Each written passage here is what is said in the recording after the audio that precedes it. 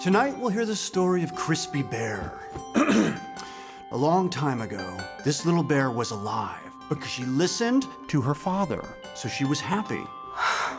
But Crispy had one terrible problem. She was filled with curiosity.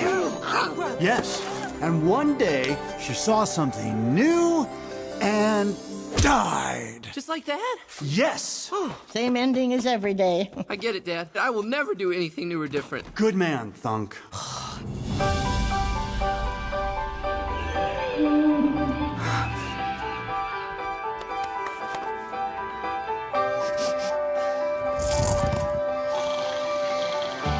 My family has always survived by living by my dad's one rule. Never leave the cave.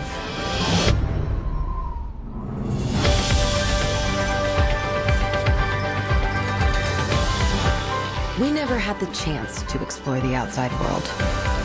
But what we didn't know was that our world was about to change. Eve, come down!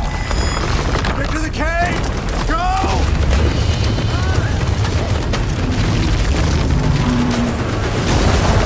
Look out!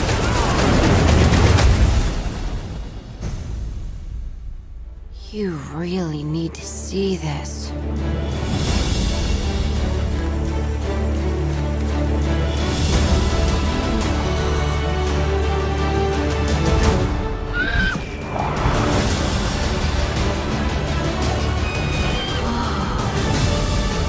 It's so beautiful.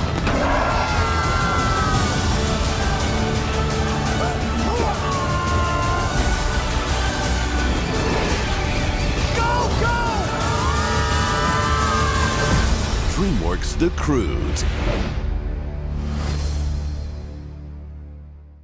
Okay, so first off, let me just say that because this is from Chris Sanders, the guy who did Lilo and Stitch and How to Train Your Dragon, I'm already excited.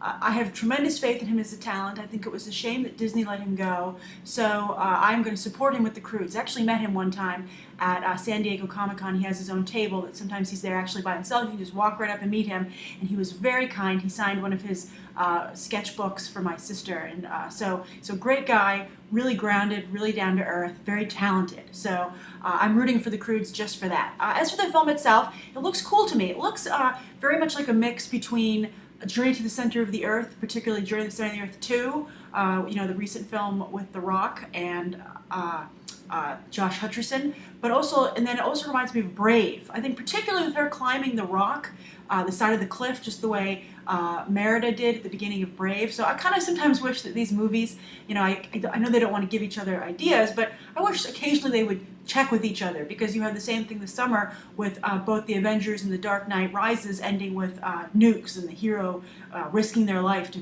take it out somewhere far away. So it would just, I think it would benefit everybody if, you know, we wouldn't have these repetitive sequences. I wonder how that even happens. I wonder how, I mean, I guess the nuke's more obvious, but the fact that everybody would be like, let's have our heroine climb a wall, scale a wall, it'll be exciting.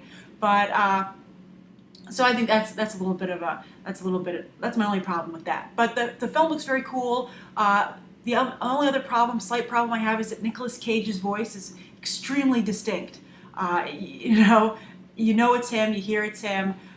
But he looks like he's doing a funny job. I liked the opening story where, and then he says, and then it died from curiosity. And I thought that was great, because you so rarely see a blood splatter for a character even if it's in a fictional story that a character's telling within the movie in a family film. So leave it to Chris Sanders to go there. So The Croods looks good to me. I mean, this is a short peek, but I have faith in the writer-director. And I think, you know, I think it's interesting. I'm glad to see him thinking outside the box. I think the Croods look great. I think it was a brave choice to make them look like Neanderthals. I think that's something you would never get Disney to approve, because they would feel it wasn't marketable. Maybe I'm wrong, but I just think, you know, off the top of my head, I think that, you know, they would always want to go for the cute brand characters. So I love that aspect of it.